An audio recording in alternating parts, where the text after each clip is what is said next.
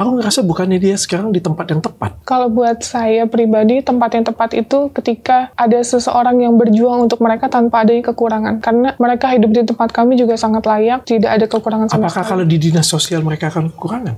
Ketika kita berbicara kontekstual, yang mana yang lebih berhak untuk merawat mereka semua? Jawaban saya sudah jelas, dinas sosial. Dan dalam kasus ini, kalau ditanya, mereka ke dinas sosial, artinya mereka mendapatkan tempat yang lebih baik. Terus kenapa kamu menangis? Cari sampai ke Lubuk Linggau, Palembang, kamu cari sampai ke Batam, kamu biayain, kamu bantuin lahiran. Betul. I'm sorry to say, tapi saya harus bertanya ini, apa modus kamu? Masih banyak loh sekeliling kita yang masih terlantar, yang tidak ada peduli. Dan kita juga salah satu kritik ke pemerintah untuk lebih memperhatikan rakyat. Nah itu aja. Bapak kritik pemerintah, Iya. Pemerintah mendengar, pemerintah mengambil. Terus apa yang masalah? Tanya Dokter Richard. Pratiwi Novianti. Iya, Wow, akhirnya ketemu in person ya. Iya. Paling banyak loh yang komentar, "Dok, bantuin Novi, Dok, bantuin Novi, Dok."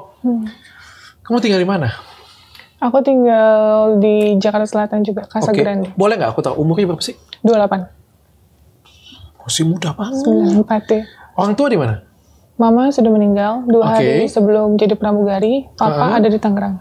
Oh, Papa di Tangerang dengan kamu?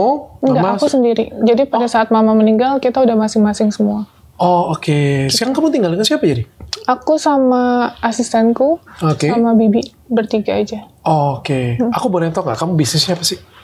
Aku sewa-sewa apartemen, Oh, terus oke. YouTube, sama ada resto sih kecil-kecilan sama kakakku. Oh, oke. Nov, apa nih yang terjadi? Kenapa semua orang tuh nge-tag aku semua? Kenapa kamu mau minta bantuan? Dan aku ada lihat CVT kemarin, katanya kamu nangis-nangis. Apa yang terjadi? Boleh nggak cerita dengan saya? Awal mulanya aku juga nggak tahu akan yang pertama seviral ini, yang kedua pada saat di video itu aku hanya meminta tolong keadilan aja atas anak aku yang selama ini aku rawat mulai dari kandungan. Anak kamu? Anak-anakku, anak asuhku maksudnya. Anak asuh kamu? Ya, Oke. jadi aku ngerawat ODGJ, orang dengan gangguan jiwa, Oke. orang terlantar. Heeh. Kita rawat dari mulai kandungan, dia ada di jalan, kita bersihin. Oke. Kita masukin ke rumah sakit jiwa sampai mereka melahirkan. Orang-orang yang ODGJ. Yang Kamu ini terlantar. apa? Aku volunteer aja sih. Volunteer aja. Yayasan? Iya, ada yayasan, fondasi yayasannya ada, tapi yang ada di berita itu emang benar bahwa atas ketidaktahuan saya mengenai ternyata izin operasionalnya itu nggak ada, dokter. Kamu belum punya izin operasional? Iya, tapi kalau untuk akte notaris sudah kita buat tanggal 16 Desember 2021. Tapi izin operasionalnya belum ada? Belum ada. Terus kenapa kamu nangis kalau diambil? Ya, dokter.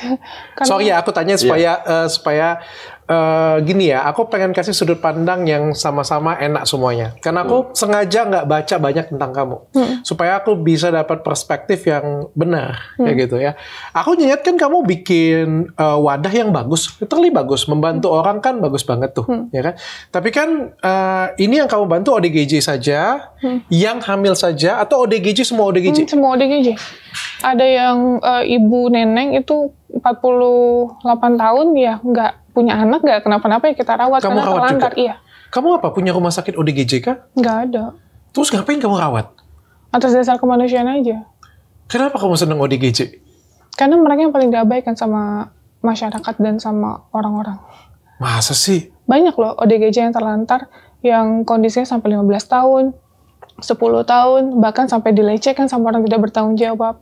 Dengan kondisi hamil besar, mereka ada di jalan, siapa yang ngebantuin kalau bukan kita? Oke, itu fakta yang terjadi di lapangan ya. Ada di video. Tapi kan juga ada anak-anak juga, ada juga orang-orang tua, manula-manula. Semua kita. Ada juga pengemis. Kamu ini apakah semuanya atau khusus ODGJ aja nih? Semua. Semua? Ada lansia sebatang kara, itu semua kita tanganin semua. Artinya bukan cuma anak-anak itu ya? Oh enggak, kebetulan karena ODGJ-nya ini hamil dengan kondisi ya terlantar, jadi kita rawat sampai mereka melahirkan, jadi anak sama ibunya sama kita. Oke, aku nggak kebayang deh kalau kamu ngomong ODGJ yang hamil punya anak, orang ODGJ biasa aja yang tanpa hamil pun kamu rawat, orang-orang manula, anak-anak juga merawat. Segede apa tempat kamu? Enggak gede. Berapa meter persegi? Yang satu itu 120. 120 meter persegi? Iya. Berarti nggak banyak dong. Yang satu kan kita ada 2. Yang satu lagi 90-an. Iya, sama aja. Dua-duanya bukan luasan rumah sakit dan dua-duanya bukan luasan panti, ku rasa. Betul. Jadi kan pasti sedikit. Atas dasar apa yang kamu ambil? Sebentar dulu, Nov. Nah, bagi kalian semua ya, aku mau kasih tahu kalian ini minuman Gatot Kaca. Jadi ini minuman Gatot Kaca ini adalah minuman stamina laki-laki dan yang paling bagus adalah nggak pakai deg-degan dan nggak pakai sakit kepala ya bagi kalian semua ya. Pakai ini anti gravitasi, nggak pakai deg-degan, nggak pakai sakit jantung dan enaknya kalian bisa main sampai dengan 2 kali. Sudah keluar masih bisa lagi. Bayangkan, biasanya kalau pengen tapi nggak bisa lagi. Nah, kalau pakai ini bisa. Nah, kalian juga bisa menjadi mitranya Gatot Kaca dan bisa dapat keuntungan sampai dengan ratusan juta rupiah per bulan hanya dari rumah saja. Ini real ya. Pertama kali saya buat ini, saya kasih ke distributor-distributor dan laku keras banget. Kenapa? Ini obat kuat yang aman banget untuk jantung dan ini sudah BPOM dan sudah ada halalnya. So, bagi kalian semua gabung jadi mitra Dr. Hand, nomor teleponnya di bawah ini, atau jadi mitranya untuk jualan skincare dan juga minuman kolagen. Yang tadi saya cerita atas dasar kemanusiaan sih semuanya, Dok. Iya, seleksinya bagaimana sih? Kalau seleksi kemanusiaan kan banyak banget tuh di pinggir jalan. Aku rasa aku keluar dari sini jalan sebentar aja pasti ketemu juga kayak gitu punya. Lebih ke yang udah terlantar, terus kita pun nggak mau disalahkan. Pertama saya minta tolong dulu sama dinas sosial. Kalau dinas sosial tidak merespon ya otomatis kita evakuasi dan mandiri. Jadi tidak menyakiti yang lainnya gitu. Terus kalau emang kita sudah terlanjur menghandle ODGJ aktif, kita akan titipkan lagi ke yayasan yang khusus untuk ada ruang isolasinya gitu, Dok. Oke. Jadi kamu ngerawat itu semua, berarti kan selektifnya versi kamu dong. Betul, kamu yang memilih aku, ya gitu punya. Terus kamu apain? Dirawat, Dok. Jadi kan ada untuk pengasuh untuk ODGJ-nya, jadi harus minum obat rutin dan itu nggak boleh putus gitu. Dokternya siapa nih? Jadi dari rumah sakit jiwa, Dok. Kan aku bawa ke rumah sakit jiwa, ada obat untuk 1 bulan. Nah itu harus diminum, nanti kontrol lagi, harus minum lagi. Seperti itu sih, rutin sih, Dok. Kamu yang kasih semuanya? Semuanya. Biayanya? Dari saya pribadi. Dari kamu pribadi? Ya. Baik hati banget kamu. Enggak, Dok. Enggak, Dok. Ya gimana kagak? Lu jangan ngomong kagak lah. Jelas baik hati dong. Karena, apa ya, kita mikirnya gini sih, Dok. Kalau kita mampu, kenapa enggak sih kita ngebantu? Saya bukan orang kaya, Dok. Saya nggak terlahir dari orang kaya, saya bukan anak konglomerat, tapi saya semaksimal mungkin ngebantu orang dengan biaya saya tanpa ngemis sama orang lain. Justru itu menjadi pertanyaan saya, Novi. Apa sih latar belakang kamu membantu? Dapat dari mana kamu dana itu? Aku pengen tanya dulu deh. Yang pertama dari YouTube. Terus yang kedua dari itu yang tadi saya bilang, saya sewa apartemen. Apartemen saya ada 3, jadi lumayan untuk kos bantu-bantu orang terlantar, operasional dan lain-lain. Ada berapa banyak sih? ODGJ dewasa 5. Terus bayi totalnya 15. ODGJ dewasa 5, bayi totalnya 15. Iya. Oke, anak yatim? Di luar dari itu, kayak saya juga punya anak asuh di luar yang saya biayain sekolah itu 4, yatim piatu. Oke, manula? Lansia ada, lansia lebih dari 10. Lebih dari 10. Tapi yang nggak di rumah situ ya, yang saya titipkan di yayasan swasta. Jadi saya otomatis harus tanggung jawab juga. Kamu tanggung jawab juga. Dan semua kamu biayain semuanya? Iya. Nov, kamu nggak sayang Nov, dengan duit kamu, Nov? Ya, enggak sih, Dok. Karena segala sesuatu yang kita pegang, kayak kita pegang pasir, itu kan pasti selalu ada yang keluar. Begitu juga dengan rezeki kita. Oke, kayak gini, Nov. Kalau aku ngelihat ya, kalau kamu tadi kan ceritakan kamu dapat 2 digit lah kurang lebih dari apa yang kamu kerjakan ya. Dan untuk dinas sosial, untuk kesosialan kamu ini, kamu menghabiskan budget berapa? Setengah, 3/4, 1/10? Untuk semuanya? 70-80. Tuh, Nov. Lu gila lu. Emangnya ada 70-80%? Kalau kamu tanya dengan aku ya, Dr. Richard kan juga sama itu. Buat baik, bantu orang. Tapi yang aku bantu, kagak sampai 10%, Nov. 1% pendapatanku aja kagak kayak gitu. Aku sering bantu gereja. Kalau kamu search ya, Pak Ustadz ya, aku bantu bangun masjid loh.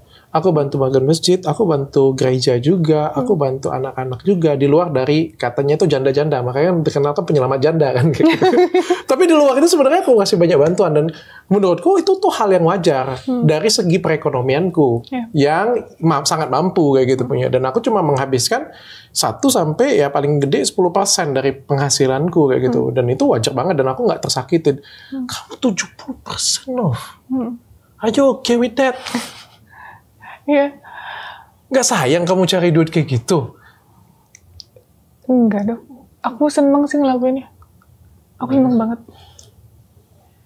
Walaupun kadang masih minus, bener Mas. Walaupun kadang masih minus. Terus aku mikir gini. Minjem nggak? Gak sampai gitu juga sih. Tapi bulan depannya aku mikir, ya ntar bulan depan ada rezeki lagi, ntar bulan depan ada rezeki lagi, gitu aja. Mindsetnya berpikir baik aja sih. Gitu dong. Tapi emang benar estimasi bisa 80%. 80% dari pendapatan. Betul. 20% kita pakai operasional buat di jalan. Iya. Kamu nggak ada tanggung jawab gitu ke tapi siapa tadi ya yang masih hidup tadi ya? Bapak, ke tante, adik-adik. Aku nggak ada adik. Sepupu gitu. Nggak ada. Itu karena ya mereka alhamdulillah berkecukupan dan papa nggak pernah mau dikasih gitu. Paling kalau misalnya apa aku kasih hadiah. Itu gitu. kamu nggak ada keinginan jadi orang kaya gitu, nabung jadi orang kaya gitu? Maksudnya sih nggak ada? Kaya dan miskin itu kan tidak menentukan derajat seseorang. Kalau buat saya pribadi. Bagi kamu membantu orang-orang sini semuanya meninggikan derajat kamu. Yes, betul itu. Udah aku ngomong. Kamu setim aja dengan gini gue lah. Kalian tim orang-orang baik, aku tim orang jahat aja gak apa-apa. Kita gak pernah bisa satu lorong.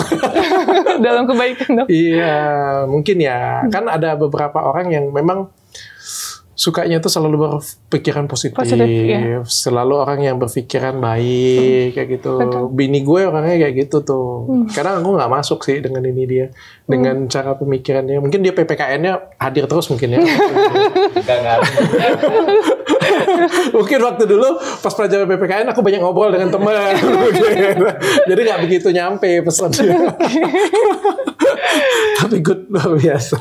Sebentar loh Nov, kita mau ngikan dulu sebentar. Ini penting. Kenapa? Karena kalau misalnya iklannya bagus, ditonton orang, banyak klinik yang saya datang, saya bisa bantuin banyak orang seperti kamu juga kan. Bagaimanapun juga kalau untuk ngebantuin orang, kita tuh butuh sumber dana. Nah, salah satunya dengan kalian perawatan di klinik saya nih. Kalian bisa datang ke perawatan klinik saya. Ada klinik Cantikan Athena, ini klinik utama saya. Ada di kota Aceh, Medan, Pekanbaru, Jambi, Palembang, Lampung, Jakarta Utara, Jakarta Selatan, Gading Serpong, di Bekasi, Semarang, Surabaya, Bogor, Bandung, dan juga ada di Manado dan di Makassar. Ada juga di Balikpapan. Atau kalian bisa datang ke tempat yang jauh lebih terjangkau, jauh lebih murah untuk kantong pelajar dan juga karyawan, ke Dr. Hen. Ada di Palembang, Bintaro, Jakarta Barat, Surabaya, dan di Kota Bandung. Kota Bali. Ya, jadi bagi kalian semua silakan tentukan tempat perawatan favorit kalian. Yang penting kalian nyaman dan yang jelas tidak pakai abal-abal. Kita lanjut lagi ya. Kalau cuma penghasilan kamu dari itu aja, aku ngerasa kamu kayaknya bukan orang yang sangat makmur, kaya raya kayak gitu kan? Apa alasannya kamu? Iya, kalau saya mikir gini dok, penghasilan yang kita dapatkan, kita maksimalkan untuk orang lain. Karena kita masih dikasih kesempatan sama Tuhan. Karena kita belum tentu pada saat kita meninggal, apa yang kita bisa lakuin buat orang lain. Kalau saya poinnya itu sih, yang diajarin sama mama saya. Oke, saya pengen tanya dengan kamu, Novi. Berapa banyak kamu bisa bantu orang, Novi? Saya nggak tahu. Karena mengalir aja, dok. Jadi pada saat saya dulu pramugari 8 tahun, saya resign.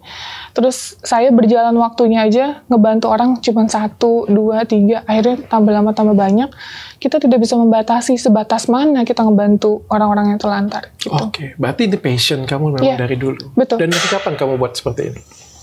Kalau YouTube itu 2020 ya Pak ya? 2020. Tapi kalau untuk kegiatan sosial yang saya lakukan, untuk ke yatim piatu, duafa, terus ada disabilitas fisik dan mental juga, itu dari 2017. Oke. Oh ini ya? konten YouTube-nya itu salah satunya tentang mereka ini ya, salah satunya yang kamu kontenin ya? Iya.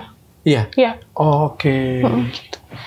Oke, aku paham. Jadi kamu sekalian membantu, kamu juga buat konten juga, Betul. sambilan lah ya, nggak ada yang salah dari sana. Betul. Ya. Tapi kamu belum punya izin operasional, dan one day dinas sosial datang, Betul. ngambil 10 anak. 10 anak, Sisanya ada 5. sisanya ada 5. Kemana 5 ini? Di rumah yang satu. Karena polisi bukan ngegerebek, bahasanya mengamankan di rumah yang satu. Yang isi bayi 10 itu. Yang 5 ada di rumah yang satu, beda klaster. Oke, dan aku ada ngelihat fotonya semuanya bayi. Paling besar 10 bulan ya. 10 bulan, paling besar 10 bulan. Dan itu rasa 15-15-nya semuanya bayi. Terus kenapa kamu nangis? Rasa kehilangan perjuangan saya, Dok. Karena mereka kan selama ini selalu diabaikan ya, Dok ya. Ibunya terlantar di jalan, saya berjuang, saya nggak ada uang, saya bela-belain bayar rumah sakit jiwa, bayar yayasan, sampai mereka lahiran mayoritas sesar. Itu perjuangan saya, Dok. Dan nominalnya bukan yang kecil gitu kalau untuk saya. Nominalnya besar, saya berjuang untuk mereka, saya menerima mereka apapun keadaannya. Dari mulai mereka hamil ya, Dok, kita nggak tahu dong ODGJ itu anaknya akan seperti apa gitu, tapi saya terima. Setelah perjuangan saya, anak udah 4 bulan, 5 bulan diambil secara paksa. Jadi saya ngerasa itu berat banget sih, Dok. Karena saya sayang sama mereka kayak anak saya. Kamu sayang dengan mereka seperti anak kamu. Tapi bukannya aku ngerasa, sorry ya, kita diskusi ya di sini ya. Aku ngerasa bukannya dia sekarang di tempat yang tepat. Kalau buat saya pribadi, tempat yang tepat itu ketika ada seseorang yang berjuang untuk mereka tanpa adanya kekurangan. Karena mereka hidup di tempat kami juga sangat layak, tidak ada kekurangan sama Apakah sekali. kalau di dinas sosial mereka akan kekurangan? Saya nggak tahu sih, tapi kita dapat info mengenai kondisi di sana yang seperti apa ya, Pak? Yang kurang ya dari tempatnya Mbak Novi. Sekarang saya pengen tanya nih Pak, Bapak orang paling netral lah saya anggap dulu di sini ya. Nggak netral juga sih, Bapak kan kuasa hukumnya dari Ibu Novi kan. Iya. Kalau kita ada di Amerika nih Pak, Iya. atau kita berada di negara maju nih, supaya kita menghilangkan prinsip pegawai negeri di Indonesia. Dinas sosial ini pegawai negeri kan? Iya. Kita nggak usah mandang pegawai negeri di Indonesia lah ya. Mungkin ada beberapa kan stigma negatif tentang pegawai negeri di Indonesia ya. Iya. Tapi kita anggap saja kalau kita ada di negara lain, negara Eropa atau negara Amerika. Ada orang terlantar, Bapak lebih pilih di mana? Dipelihara oleh seseorang yang peduli hanya dengan lingkungan, hanya dengan anak tersebut, atau dengan dinas sosial? Jawabannya sudah jelas. Dinas sosial. Betul. Ketika kita berbicara kontekstual, yang mana yang lebih berhak untuk merawat mereka semua? Jawaban saya sudah jelas, dinas sosial. Dan dalam kasus ini, kalau ditanya, mereka ke dinas sosial, artinya mereka mendapatkan tempat yang lebih baik. Tanpa kita ngelihat dulu nih, dinas sosialnya seperti apa. Benar. Terus kenapa kamu menangis? Iya, apa ya, Dok? Karena gini, konsepnya beda kalau mereka itu diambil pada saat mereka hamil ya. Mereka hamil emang diurus sama dinas sosial gitu. Nah ini mereka sudah lahir dengan kondisi bayi yang sehat-sehat. Saya berjuang loh, Dok, dari Lubuk Linggau, dari Palembang, dari Batam, dari Purwakarta, itu seluruh Indonesia. Gitu ya, selama ini mereka nggak pernah loh dibantu sama pemerintah, jangan kan dibantu dilihat aja nggak. Saya telepon aja dinas sosial, itu saya harus nunggu berjam-jam untuk mereka datang ya, sampai akhirnya mereka nggak datang, saya ambil action sendiri. Kamu lapor sempat? Lapor. Waktu ada lahiran kamu lapor dinas sosial? Oh enggak, pada saat saya nemu ODGJ, dapat informasi dari relawan, namanya RNI, Relawan of Indonesia. Terus saya bilang, tolong dong info dulu sama dinas sosialnya gitu. Terus saya datang, katanya sudah info dan tidak ada respon. Saya telepon juga sesuai yang ada di web ya. Saya telepon, tidak ada respon juga. Pernah nggak kamu ngantar satu ODGJ kayak gitu ke dinas sosial? Sering dong. Nggak mau direspon, nggak mau ambil mereka? Kalau dinas sosial gini, Dok, dia nggak mau diantarkan. Setahu saya ya, ini maaf kalau saya salah, karena selama ini yang kita lakukan gitu. Jadi mereka harus ditelepon dan mereka datang. Jadi harus di TKP-nya. Oh, oke. Jadi menjemput bola katanya. Kamu nggak kasih tahu, ya sudah jemput aja di sini, titiknya di sini. Jarang direspon, Dok. Jarang direspon. Oke lah, kalau itu aku bisa mengerti lah. Jadi gimana? Emang jarang direspon. Nah, konteks kita untuk men-share juga, Dok, orang terlantar agar ketemu sama keluarganya.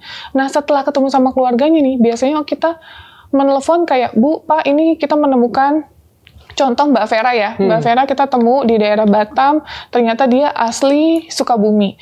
Nah, ini kita mau kembalikan nih. Hampir mayoritas dari mereka itu ditolak sama keluarganya. Oke, dan kamu bawa ke Jakarta? Iya. Se-effort itu kamu. Kamu cari sampai ke Lubuk Linggau, Palembang, kamu cari sampai ke Batam, kamu biayain, kamu bantuin lahiran. Betul. I'm sorry to say, tapi saya harus bertanya ini. Apa modus kamu? Nggak ada modus sih. Kesenangan yang nggak bisa dibayar pakai apapun. Karena saya pun transport, pesawat, semua bayar. So that's why, makanya pertanyaan saya cukup kejam ya. Karena saya mewakili dinas sosial juga dan masyarakat juga beberapa yang pasti nonton ya. Betul. Apa tujuan kamu? Semua orang kan pasti ngelakukan ada tujuan nih. Paling enggak ya kamu do business. Oke, untuk konten saya, Dok, supaya konten saya lebih bagus, berkembang. Ya nggak ada yang salah juga. Ngontenin seperti itu sampai berbuat baik kan juga bukan dosa setahu saya. Betul. Tapi kalau hanya untuk terkesan konten aja, kita kembalikan lagi. Mungkin penonton saya lebih tahu seperti apa perjuangan saya. Karena saya tuh biasanya kalau ngonten, Dok, saya cuma ambil, saya bantu evakuasi, prosesnya seperti apa, udah. Jadi setelah dia dirawat di rumah kita nggak ngontenin apa-apa, itu nggak ada sama sekali. Kita tetap rawat. Jadi yang kamu kontenin adalah cara ngambilnya, habis sudah selesai itu tetap kamu rawat, tapi nggak dikontenin lagi. Tapi benar kamu mengonteni pada waktu kamu ngambilnya dan lain sebagainya. Betul. Berarti effort itu kamu kontenin. Betul. Dan itu menjadi salah satu rupiah lah. Yang walaupun kalau dihitung-hitung nggak sebanding juga kalau dihitung-hitung. Sama transportasi dan lain-lain. Iya. Oke.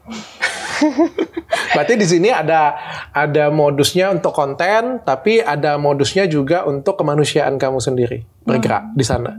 Benar ya? Benar ya di sana ya, seperti itu ya. Sebenarnya bukan modus untuk konten sih. Jadi dibuat konten itu sebenarnya untuk mengedukasi masyarakat juga. Masih banyak loh sekeliling kita yang masih terlantar, yang tidak ada peduli. Dan kita juga salah satu kritik ke pemerintah untuk lebih memperhatikan rakyat. Nah itu aja. Bapak kritik pemerintah. Pemerintah mendengar, pemerintah mengambil. Terus apa yang masalah? Kita nggak ada masalah dengan tindakan pemerintah. Kita cuma permasalahkan tata caranya. Karena Mbak Novi ini kan bukan secara pribadi yang melakukan itu. Di bawah naungan yayasan. Sudah mendirikan yayasan. Ini masalah administratif saja mengenai izin operasional.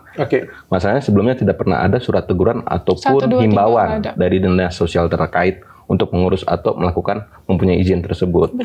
Jadi kalau misalnya mereka datang baik-baik, minta baik-baik, Mbak Novi akan menyerahkan. Dan nggak ada masalah di sana. Sebenarnya kita keberatan juga kalau tiba-tiba datang meminta untuk mengambil, karena semestinya diedukasi Mbak Novi ini yayasannya, karena belum ada himbauan apapun ataupun edukasi dari dinas sosial terkait. Datang-datang langsung bawa evakuasi bayinya. Pak, tapi kalau kita mau ngomongin soal, saya cukup berusaha netral ya di sini ya. Kalau saya jaga dari sudut pandang dinas sosial atau beberapa kritikus pun, saya juga akan berpikir, untuk apa sih Mbak Novi ini ngumpulin orang-orang ini, apalagi 15 bayi loh. 15 bayi itu nggak sedikit loh. 15 bayi itu nggak sedikit loh. Wajar kalau misalnya ada yang pasti berpikiran, jangan-jangan ini mau perdagangan anak nih. Wajar nggak ada yang berpikiran seperti itu? Pasti ada aja saja seperti itu. Sah-sah aja. Makanya pemerintah juga kan mengambil alih untuk ke sana. Dan menurut saya, secara kita ngomongin lembaga, dan secara kita ngomong negara hukum, menurut saya itu adalah hal yang pas, dan mereka sudah berada di tempat yang tepat. Menurut saya ya. Tapi kalau kita intinya mau bahasa kasar perdagangan anak ya Pak, nggak akan mungkin kita akan dokumentasikan yang transparan di YouTube gitu loh. Kita semua jelas. Kita semua jelas dari awal ngambil lahiran di rumah sakit, saya temenin di rumah sakit lahirannya. Terus kita selamatan, kan kalau di Islam ada selamatannya akikah dan lain-lain itu. Kamu buat semua. Ya. Gitu tanpa ada dibedain ini anak ini anak ini, nggak ada, semua rata sama. Semua jelas kok sumbernya orang tuanya siapa, keluarganya siapa. Dan keluarganya yang menyerahkan ke saya. Atas dasar faktor ekonomi, atas dasar satu dan lain hal yang ya nggak bisa diekspos juga gitu. Tapi ada berupa video dan penyerahan ya Pak ya? Iya betul. Dan ada juga kok yang setelah dirawat Mbak Novi, orang tuanya minta kembali untuk sudah sanggup untuk merawat pribadi, dikembalikan. 2 orang. Iya. Kamu kembalikan. Dikembalikan. Apa permintaan kamu dari mereka setelah kamu ngambil ini? Ada permintaan nggak kamu? Nggak ada sama sekali. Cuman kalau emang ibunya ODGJ, saya minta surat approve dari RSJ bahwa ibunya sudah mampu dan layak merawat bayi tersebut gitu. Atau kalau misalnya konteksnya faktor ekonomi menitipkan ke kami, ya nggak apa-apa gitu. Mungkin dia udah menikah atau udah punya pekerjaan mapan, ya silakan aja. Intinya di sini saya tidak mengadopsi, saya hanya titip rawat. Apabila sudah mampu dan bisa, silakan diambil, nggak apa-apa juga gitu. Emang bukan anak kandung saya, bukan ranah saya, tapi di sini saya bergerak atas dasar kemanusiaan aja gitu. Oke. Nov, aku pengen tanya kayak gini, Nov ya. Kan sebenarnya kalau kamu sudah nikah belum, Nov? Belum nikah dan belum punya anak. Belum. Jadi itu adalah anak-anak asuh kamu. Betul. Bukannya kalau misalnya kita punya anak itu satu aja itu sudah repot banget ya. Kamu tuh menganggap mereka itu apa sih? 15 anak tersebut tuh apa sih? Anak. Kayak anak kandung. Karena yang paling besar umur 3 tahun. Tapi kan kalau misalnya kita memang menganggap anak ya, kita tuh punya anak sendiri, itu ngasuh satu aja tuh susah loh. Memberikan cinta kita kepada satu anak. Bapak sudah menikah? Belum juga. Oke, saya nggak bisa ngomong. Berarti saya aja. Saya punya anak 3. Ya, kebetulan 10 tahun, 7 tahun, sama satu lagi 4 tahun. Ya. Dan memberikan rasa cinta dengan anak di saat bersamaan 15, kecil semua. Itu hampir nggak mungkin kalau menurut saya. Kita tuh pengen cinta itu ke satu. Kalau kita menganggapnya sebagai anak ya, kecuali kalau kita menganggapnya sebagai murid, beda nih. Kalau murid bisa banyak nih. Kalau kita menganggapnya sebagai teman, bisa banyak nih. Tapi kalau kita menganggapnya sebagai anak, cinta kita tuh satu. Kamu menganggap ini sebagai apa? Kalau saya sih sebagai anak. Kalau sebagai anak, karena kasih sayang menurut saya ya, ketika saya mulai ini semua dengan perjuangan saya dan mereka lahir, saya rawat pakai tangan saya sendiri selama 2 bulan. 10-10 ya? Pertama 6 kan yang lahir itu berbarengan. Kamu yang tidurin? Iya, jadi kamu saya... yang nyusuin? Boleh ditanya sama asisten saya. Jadi saya itu ini dulu bantu orang. Biasanya sampai jam 5, jam 7. Setelah itu saya pulang ke apartemen, mereka tidur sama saya. Kalau mereka bareng-bareng nangis kayak gimana? Biasanya susu sih, paling ya udah langsung ngasih susunya aja. Pap kayak gitu. Nggak mungkin lah. Aku ngurusin anak satu aja pusing. Mungkin followers aku tuh sering banget ngeliatin story aku. Aku tidur sama 2-3 bayi, aku sendiri. Oke, kalau dua bayi aku masih masuk akal. Sebagian. Tapi kan ini ada 15, Bu. Tapi kita itu besokannya sama ini, besokannya sama ini. Jadi semua diganti. rata diganti. Pas gilir. Kalau yang nggak dapat giliran kamu siapa yang ngurus? Ada Mbak.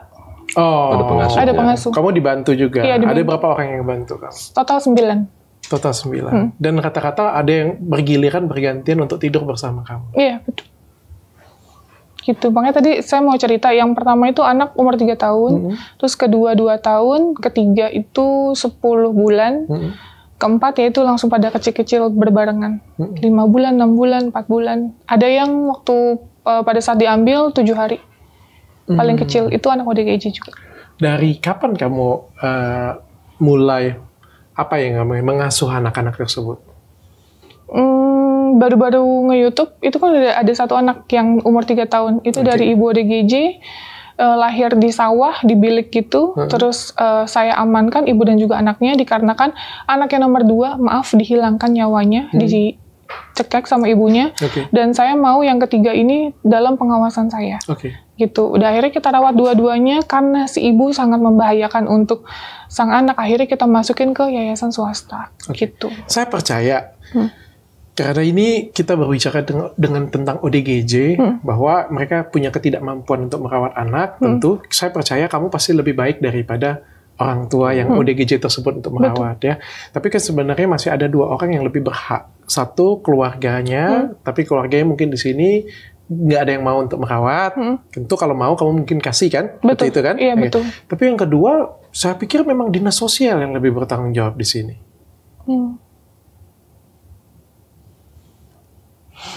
Kamu sepakat atau tidak sepakat? Tidak sepakat sih. Kenapa? Karena ya itu yang tadi saya cerita, saya merawat dari mereka di kandungan, terus tidak pernah dapat bantuan dari pemerintah sedikit pun. Apapun itu gitu. Terus setelah mereka lahir, mereka sehat-sehat, lucu-lucu. Kenapa hak saya membantu? Ini membantu loh tugas pemerintah gitu. Kenapa harus diambil? Kenapa enggak kita dibantu aja untuk administratif ya Pak ya gitu, untuk masalah pengurusan izin operasional dan lain-lain gitu kan sebenarnya sama aja gitu. Malah kondisinya, konteksnya saya lebih apa ya, bukan saya ngerasa saya mampu juga gitu, nanti saya mendahului Allah gitu, rezeki pasti akan ada aja, tapi saya merasa semua yang saya lakukan saya akan bertanggung jawab sepenuhnya gitu sih. Oke. Tapi kan besarin anak itu nggak gampang, Nov. Butuh biaya yang besar juga. Saya tahu. Makan, pendidikan, sekolah, betul. Dewasanya. Belum tentu loh dia terima kasih dengan kamu loh. Terakhir saya ditinggalin juga. Baru 3 hari masuk sekolah, udah kabur. 47 juta gue lewat. Loh, kayak gimana itu kalau misalnya kamu sudah gedein, nanti kurang ajar dia? Nggak apa-apa. Itu kan kita kembalikan lagi tugas saya sebagai seorang ibu sambung atau ibu yang merawat dia, mengasihi dia, hanya sebatas memberikan pendidikan, menyayangi, memberikan ketulusan dan perhatian. Selebihnya apabila nanti dia sudah besar, mereka berhak memilih gitu kehidupan apa yang mau mereka jalani, gitu sih. Oke. Saya melakukan ini, tugas saya sebagai umat Muslim ya, untuk Allah aja sih niat saya. Gitu. Oke, Novi. Hal terberat apa sih yang kamu rasakan pada waktu kamu mengasuh mereka? Hal terberat, kalau misalnya ini sih, kan kita ada yang spesial juga ya dok, dengan kondisi tangan yang yang dari lahir cacat gitu, kekurangan. Nah itu jadi kita harus spend money untuk operasi gips tangannya, itu lumayan juga. Jadi kayak ada hal apa ya, medis yang harus dilakukan sih, itu aja. Selebihnya enggak. Banyak ya duit Novi ya? Enggak dong. Aku boleh tahu nggak, Nov? Spill aja, Nov. Berapa sih penghasilan kamu sebulan, Nov? 3 digit? Nggak ada apa-apanya sama dokter. Iya, beda lah. Aku kan pengusaha. Tapi aku pengen tahu dan pengen ngajarin netizen juga di rumah kayak gitu punya. Kadang mereka ngerasa, wah aku nggak bisa membantu nih, nggak bisa berbagi nih. Di sini aku ngelihat Novi yang kalau aku lihat ya, kalau memang setulus hati membantu ODGJ dan orang banyak kayak gitu, aku sendiri ngelihatnya aku malu. Dengan perusahaanku yang besar, banyak, tapi aku nggak melakukan lebih dari kamu kayak gitu punya. Aku pun sendiri berkaca ya, aku pasti malu kayak gitu. Makanya aku bertanya, berapa sih kurang lebih penghasilan kamu? 3 digit? 3 digit? Enggak sih dok. 2 digit? 2 digit. 2 digit dan kamu berani melakukan itu semua. Iya. Aku kasih tepuk tangan dulu. Kan mereka sakit. Bisa sakit. Ya makanya saya tadi bilang saya harus bertanggung jawab atas operasi. Semua yang saya mulai sih. Belum tentu mereka memberikan kamu benefit. Tapi kan Tuhan bisa tahu segalanya, apa kebutuhan umatnya ketika menolong seseorang yang sedang kesusahan. Oke. Gitu. Oke, saya percaya dan saya dukung kamu, Nov. Tapi kita sekarang bahas ke masalah hukumnya nih. Iya. Oke. Mohon maaf ya, saya memang terbiasa kalau podcast bertanya kritis supaya bisa menggali apa sih maunya narasumber saya nih, kayak gitu kan. Dan pertanyaan saya juga bukan hanya pertanyaan saya sih. Saya pikir adalah beberapa pertanyaan netizen, beberapa pertanyaan petinggi-petinggi kita di pejabat-pejabat pastinya yang berpikir kritis pastinya. Ya. Sekarang saya pengen tanya kita secara kontekstual legalnya nih. Secara kontekstual legalnya sudah jelas kamu nggak punya legalisasi nih. Jadi wajar kalau diambil nih kita berbicara nih. Dan kalau kita bilang mereka di tempat yang tepat, yes, tanpa kita melihat mereka dikasih apa di dinas sosial. Tanpa kita melihat itu. Dan kamu berpikir apa yang kamu takutkan dari anak-anak tersebut ketika di sana? Ya karena kita dapat informasi dari orang yang sempat ikut masuk ke dalam juga.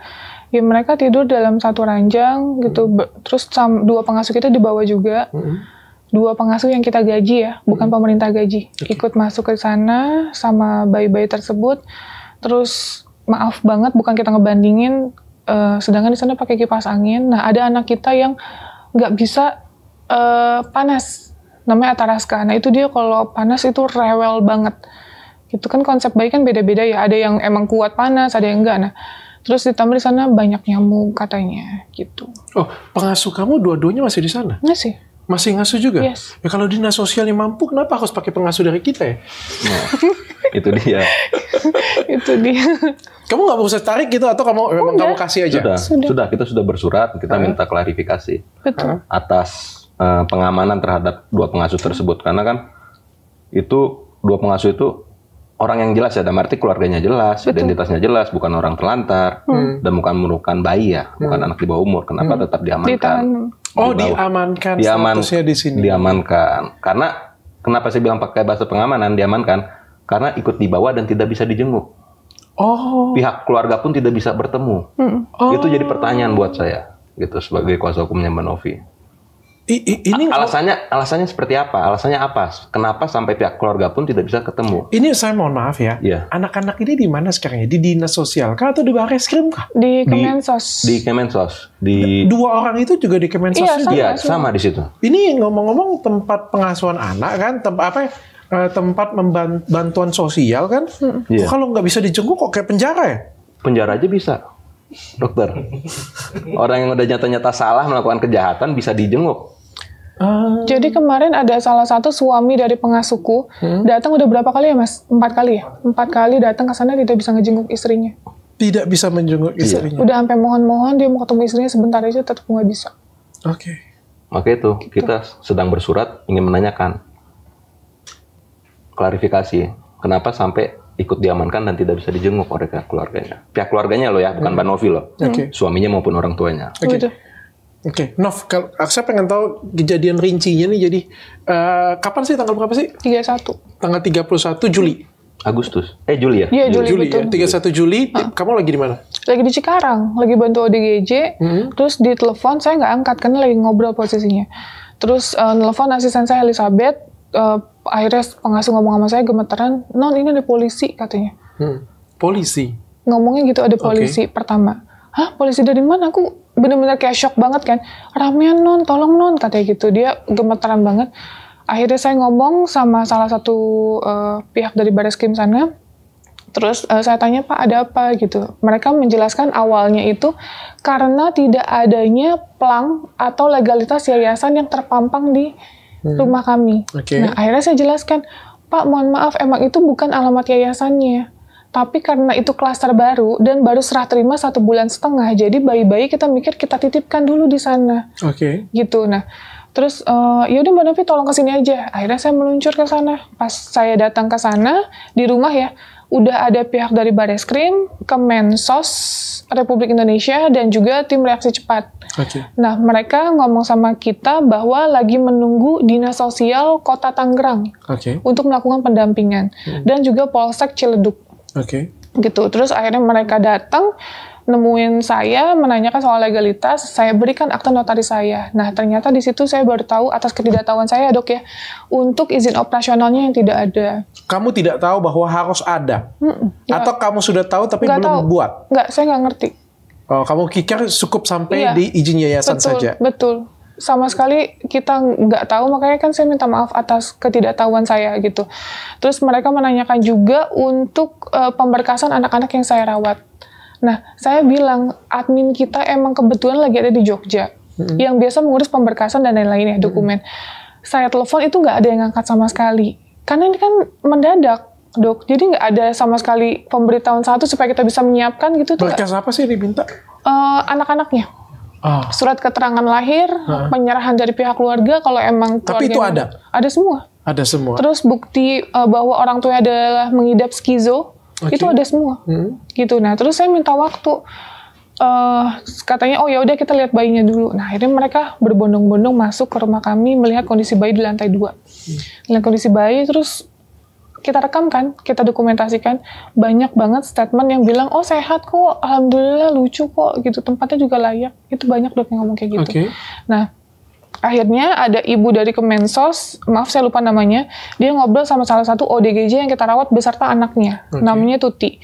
Pas ditanya, Mbak Tuti gimana di sini, betah nggak? Betah katanya. Di sini makan berapa hari sekali? Itu ada rekamannya semua. Dia bilang makan di sini 3-4 kali. Terserah saya, suka-suka saya di sini, bebas katanya. Sebelumnya makan berapa kali? 1 kali. Itu pun harus nunggu suaminya pulang ngamen. Oke. Gitu. Terus Mbak Novi emang udah ngebantu apa aja? Nah, Mbak Tuti menjelaskan rumah mantan suami direnovasi, anak Mbak Tuti yang di kampung, yang di Indramayu, anak nomor 4 umur 11 tahun ya Mas. Umur 11 tahun, dia baru kelas 1 SD. Gitu. Itu saya yang sekolahkan tahun ini. Oke. Terus dari situ ibunya udah mulai luluh nih. Baik banget emang ibu itu. Terus ibu itu bilang, ya udah Mbak Novi nanti tinggal urus pemberkasannya aja. Baik banget beliau. Terus oh iya Bu, maaf ya Bu ketidaktahuan saya gitu. Saya minta maaf gitu. Nggak berapa lama Dok, turunlah kita ke bawah. Semua turun. Terus tiba-tiba ibu itu dipanggil dari dinas sosial, Pak Tatang juga dipanggil ke belakang. Tiba-tiba ibu itu nyamperin saya. Terus dia ngomong, Mbak Novi, gimana ya saya ngomongnya ya? Terus dia kayak berat gitu. Kenapa Bu? Itu ada di Instagram saya. Ini karena tidak ada pemberkasan dan tidak adanya legalitas, kita harus mengamankan anak-anak Mbak Novi. Dari situ saya langsung memohon, meminta tolong untuk tidak dibawa gitu loh Dok. Untuk ya udah kalau emang masalah pemberkasan, tolong izinkan saya kasih saya dispensasi waktu untuk menyelesaikan itu semua, tidak perlu membawa bayi kita gitu. Toh kalaupun misalnya anak dievakuasi, apakah anak-anak tersebut bisa pengurusan dokumen sendiri? Kan enggak Dok, gitu loh. Terus ya kondisinya juga ada yang demam, ada yang kuning baru lahir kan, dan maghrib juga mereka langsung terobos pergi. Mereka ambil langsung? Semua 10. 10-10-nya langsung diambil semuanya? 2 pengasuh, 1 ibu ODGJ, dan 10 bayi. Semuanya? Kamu? Sudah memohon. Dan pada waktu itu kamu ditinggal? Saya Atau ditinggal. diminta ikut ke dinas sosial? Dia ngomongnya gini, Mbak Novi boleh ikut kok untuk ngelihat kondisi di sana. Pada saat saya ikut, kan saya udah lemes banget Dok.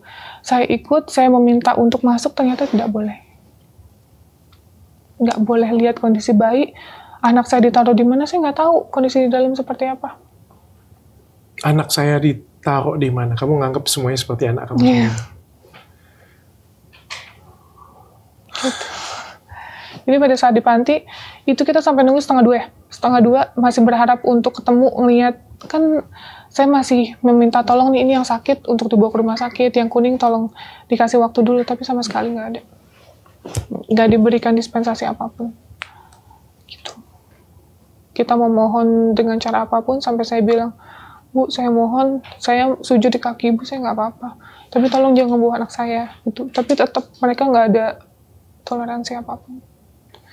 Kamu sampai memohon seperti itu? Iya. Saya sampai mau ngelakuin apa aja. Saya sampai bilang, nggak apa-apa Bu, anak saya di sini, saya yang ikut deh. Saya nggak apa-apa, saya ikut gitu. Tapi tolong jangan bawa anak saya. Tapi tetap nggak bisa. Gitu. Terus kenapa masalahnya jadi besar seperti ini? Dan sampai akhirnya melibatkan permasalahan hukum, dan kamu dilaporin katanya perdagangan manusia ya? Orang. Perdagangan manusia ya? TPPO. TPPU. TPPU. Kenapa seperti itu? TPPO ya? TPPU. TPPU umum ya? TPPU uang. Uang ya? Pencucian uang itu. Apa itu? TPPO? TPPO, tindak pidana perdagangan orang. Perdagangan. Oh, itu berat loh Pak. Iya, Berat memang. betul, berat. Pidananya berapa tahun Pak? Oh, itu bisa lebih dari 5. 15. Lebih dari 5. Perdagangan orang itu jual anak, eksploitasi wanita, benar ya? Benar. Jual ke luar negeri kayak gitu Bu ya, Iya, belum betul. lagi jual ke, itu berat sekali loh tuduhannya loh. Berat. Siapa yang melaporkan itu kalau boleh saya tahu? Oh, itu tidak Nggak dibilang nggak masyarakat. dibilang. Karena di sini bentuknya bukan laporan biasa, tapi laporan informasi. LI. Oh LI. LI, laporan informasi. Jadi dibilangnya masyarakat. Ini bukan LP. Bukan, LI. Oh tapi beritanya seolah-olah gede banget. Ini LI. Oh I. Oh kalau LI kan berarti prosedurnya berarti, tapi ini sudah jadi LP kah? Belum, masih LI. Masih LI. Dan LI pasti. Dan status hukumnya apa nih sekarang? Masih lidik sih, penyelidikan. Oh tapi tetap jadi lidik. Masih lidik, karena LI laporan polisi wajib menerima. Oh, polisi menerima, datang ke sini, lalu lidik naik. Ya, naik. Enggak, masih dilidik, memang lidik. Masih Jadi lidik ini proses untuk mencarinya suatu tindak pidana. Iya, tahu saya. Habis lidik nanti naik ke sidik. Apabila ada peristiwa pidananya. Oke. Kalau tidak ditemukan pidana. Tapi ada potensinya jadi ya. Kalau untuk saat ini yang karena sudah masuk ke lidik.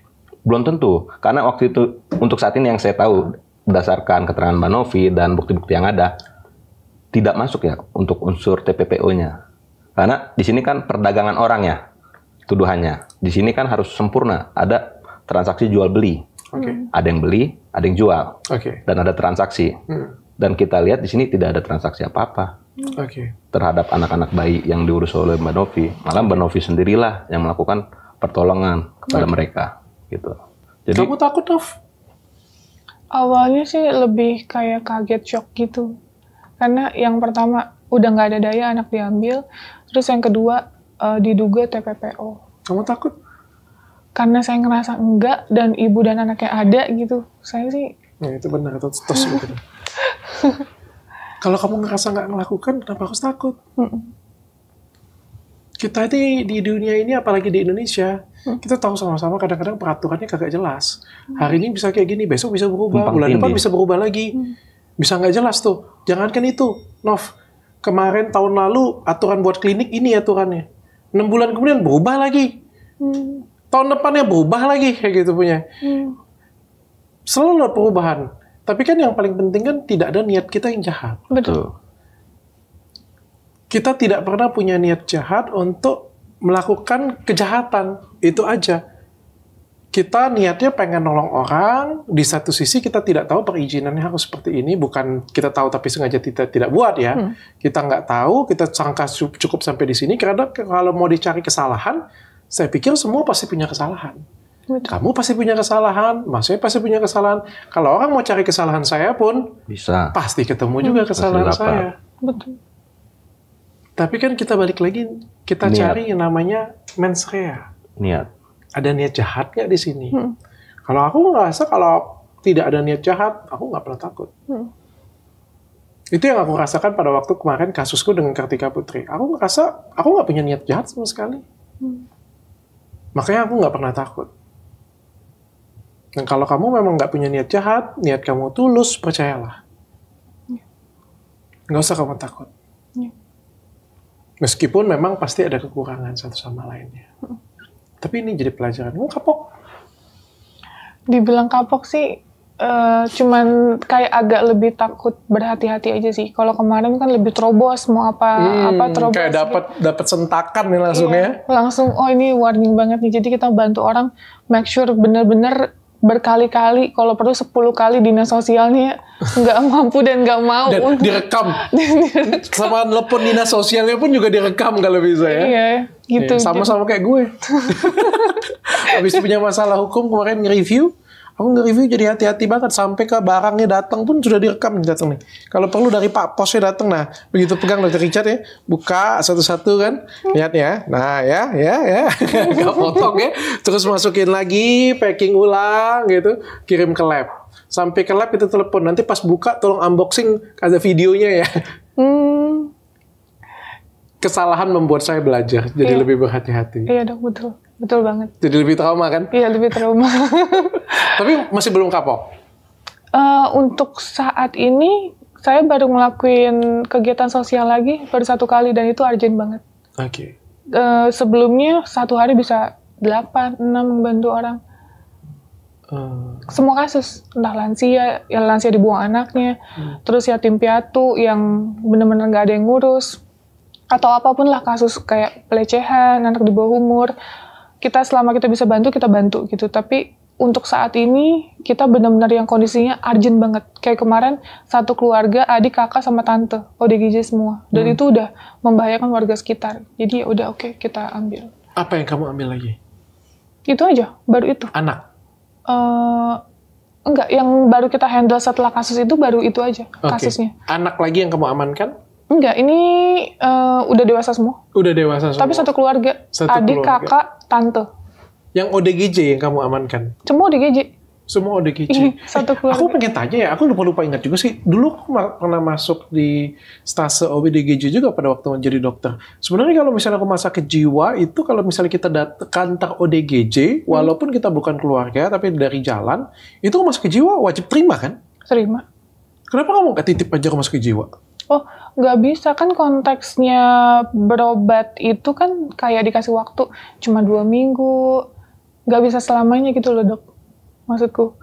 Sampai di approve, dia sehat ya dia dikembalikan. Orang paling lama 1 bulan. Kamu nggak takut, Nov? Kita berbicara ini kan ODGJ kan. Kamu nggak takut dia apa-apain gitu? Tapi kan udah sering, Dok. Dipukul, ditendang, dilempar batu. Terus kenapa kamu mau? Ya emang, Kamu nggak takut suatu hari kamu dibunuh? dia kalau ketentuannya udah seperti itu, udah ada suratannya kan, dia nggak bisa dikelak juga. Ya kalau bisa melarikan diri, kalau bisa menghindar, kenapa nggak menghindar? Enak aja lo bilang kayak gitu. Enggak sih, Dok. Enggak, aku nggak takut. Karena kan ODGJ kan juga manusia juga, itu yang pertama. Yang kedua, dia pasti tahu lah niat baik kita seperti apa, gitu. Emang waktu itu pernah udah kurang lebih 5 kali diperlakukan kasar, tapi aku tetap positive thinking. Pasti aku mikirnya gini, dia ini pasti takut, selama ini kan diabaikan, terus ada yang ngejahatin, ada yang ngejek-ngejek, ada yang mungkin ngusilin. Nah, dia melakukan itu karena self-defense. Dia membela diri. Makanya mungkin pada saat aku mau bantu, malah aku dipukul atau apa gitu. Itu hal yang wajar sih buat aku. Gimana cara kita meyakini ODGJ tersebut, kita nggak ngapa-ngapain, kita niat baik gitu. Kamu nggak takut juga mereka bunuh diri gitu? Enggak dong. Karena kan ada di fase-fase tertentu kan mereka bisa melakukan bunuh diri. Dan kalau mereka bunuh diri kan kamu yang susah. Enggak sih, Dok. Kan aku bantu di jalan, aku langsung bawa ke tempat yang aman. Di dalam arti entah yayasan, entah panti, entah dinas sosial, entah aku bawa ke rumah, RSJ, pokoknya aku nggak akan mungkin menelantarkan mereka. Gitu. Jadi maaf, bukan hanya sekedar konten yang kita bersihin udah selesai gitu, enggak. Kita bawa ke tempat yang layak. Gitu. Oke. Hati kamu mulia ya. Masih belajar, Dok. Kalau kamu belajar, aku apa? Tapi aku juga kemarin ini kok, ngangkat adik kok. Itu mulia juga, Dok. Itu kuliah juga ya. Oh, itu mulia juga, ya. Mulia, makanya aku nggak pakai marah-marah. Karena aku nggak mau kayak pahalaku terbakar akan kemarahan. Gitu kan sayang kan apa yang kita sudah lakukan. Tapi terbakar kemarahan kan sayang. Aku juga sering, Dok, ketika kita menolong orang, entah apapun itu, waktu itu pernah nanganin... yang nggak tahu diri, banyak nggak? Ya itu tadi aku mau cerita. Terus mau renovasi rumah, terus akhirnya aku kontrakin dulu sambil rumahnya kita renovasi. Nah rumahnya itu penuh dengan sampah. Kita PR dong untuk ngangkutin sampah segunung itu gitu. Terus proses itu kurang lebih berjalan 2 bulan. 2 bulan saya dimintain duit terus berkali-kali. Terus sampai akhirnya saya ngerasa, kok ini jadi asas pemanfaatan gitu. Akhirnya saya putuskan untuk memberikan uang tersebut, Pak, tolong ini bangun aja sendiri. Saya udah lepas tangan. Oke. Gitu, sudah. Oke. Yang penting dari kita tulus aja dulu. Oh, tapi nggak pernah sampai ini, kurang ajar gitu punya. Udah dibantu, ngontenin pula. Kok jadi hard feeling ya? Hidupku pilihanku. Pernah nggak? Enggak. Nggak pernah ya? Nggak pernah. Oh, ODGJ lebih tahu diri ya? Lebih tahu diri. Dia nggak bisa ngonten, Dok. Oh, nggak bisa konten. Dia udah makasih udah dibantu. Oh, iya. Novi. Kamu berapa saudara sih? 2. Aku sama kakakku. Kamu dengan kakak kamu. Jadi ini ke depan, apa langkah hukum kamu ke dinas sosial? Kamu masih mau ngerebut mereka? Masih mau berjuang. Masih mau Akan berjuang? tetap berjuang. Bisakah? Pak, menurut ini, sekarang saya bertanya-tanya menurut hukum, bisa nggak? Bisa kalau Mbak Novi memenuhi perizinannya. Oke, dan itu kan pasti butuh waktu untuk memenuhi perizinan. Betul. Lagi proses ya, Pak? Ini lagi proses. Lagi proses. Lagi proses. Karena kita Mbak ngomongin Novi. izin operasional dan lain sebagainya, itu Betul. butuh waktu, butuh survei, Betul. butuh banyak hal lah kayak gitu. Punya yang belum tentu juga kita dapatkan ya. Kalau kita Iya. dapatkan ya berhak dong kita. Betul. Oke. Hak. Berarti harus ngurus izin operasional. Benar. Oke. Kalau ibu-ibu yang mungkin yang berkuasa di sini siapa sih? Ibu dinas sosial. Menteri Kemensos. Kemensos, Ibu Risma ya? Ibu Risma. Wah, itu saya kagum banget tuh. Iya. Itu menteri panutan saya tuh. Oh. Nah, kalau Bu Risma nonton ini, Mbak Novi ada yang pengen disampaikan dengan Ibu Menteri?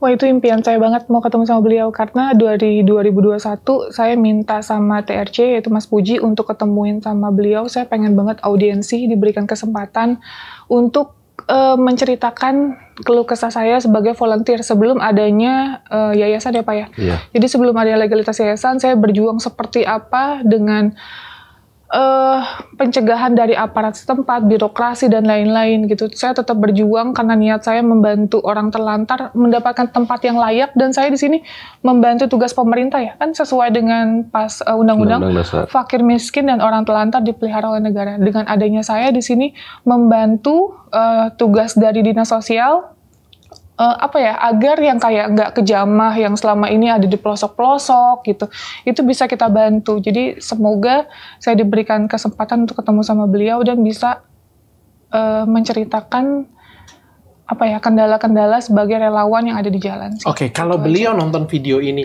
tentang permasalahan anak-anak ini, apa yang pengen kamu sampaikan dengan Ibu Risma? Pengen banget Ibu Risma membantu saya untuk mengembalikan anak-anak yang saya rawat dari mulai mereka ODGJ tersebut di jalan, saya rawat, saya bawa ke rumah sampai melahirkan, sampai mereka sudah tumbuh kembang baik, dan sekarang diambil. Jadi semoga, saya berharap Bu Risma bisa mengerti perasaan saya sebagai, walaupun saya belum jadi seorang ibu, tapi saya yakin ibu bisa merasakan apa yang saya rasakan, kehilangan seorang anak yang saya berjuang udah mati-matian untuk anak-anak saya sih, itu aja. Saya mati-matian banget tuh untuk mereka. Mungkin pihak yang berwajib yang berhak untuk memeriksa ini semuanya ya. Amin. Tapi kan kita sebagai public figure, sebagai media dan sebagai orang umum, saya melihat kalau memang niat kamu baik, saya akan support 100%. Dan saya juga punya sedikit kesimpulan mungkin ya, atau pesan dengan teman-teman di dinas sosial juga, ataupun di pihak kepolisian juga. Sometimes kita, kalau ditanya dengan saya masih berpikir bahwa tempat yang paling layak adalah ya dinas sosial untuk merawat ini semua, sampai ibunya punya izin pastinya ya. Tapi bagaimanapun juga pemerintah itu tidak bisa sendiri. Harus diakui pemerintah itu tidak mungkin bisa sendiri. Akan lebih cerdas dan lebih baik jika pemerintah bisa merangkul pihak swasta dengan baik dan memanfaatkan pihak swasta dengan baik. Toh sekarang di semua lini, pihak negeri, pihak pemerintah, itu kan di semua sektor menggandeng pihak swasta. Betul. Baik membangun sirkuit, bangun jalanan, bangun gedung, trotoar, MRT, semuanya melibatkan pihak-pihak swasta untuk mempermudah dan mempercepat proyek tersebut. Kenapa nggak kita juga bisa mendukung dan membantu proyek pihak swasta yang memang kompeten untuk bisa membantu pemerintah? Karena kita juga sadar diri sendiri, apakah pemerintah sanggup untuk melakukan ini semuanya? Kalau tidak sanggup, untuk apa harus dipaksakan? Mungkin bisa menggandeng dengan orang-orang yang sesuai. Mungkin itu pesan terakhir dari saya. Ada yang mau disampaikan? Setuju ya? Setuju. Pak, ada yang mau disampaikan? Cukup sih, sudah itu aja. Jadi di sini Mbak Novi, kita sebagai warga negara yang baik, tetap mengikuti proses hukum yang ada. Tapi untuk tindak pidana yang disangkakan, menurut saya sih untuk sampai saat ini sih belum ada ya indikasi. Oke, ya biar pihak yang berwajib sajalah yang menentukan dan memeriksa. Saya percaya kalau salah tetap salah, kalau benar itu nggak mungkin bisa disalahkan. Dan kebenaran itu di atas segalanya. Benar. Thank you Novi dan Bapak, thank you sekali. Terima kasih. Mudah-mudahan masalah itu selesai. Amin. Dan kalau memang kamu izinnya sudah ada, mudah-mudahan anak-anak cepat balik ke kamu. Amin. Thank you. Thank you.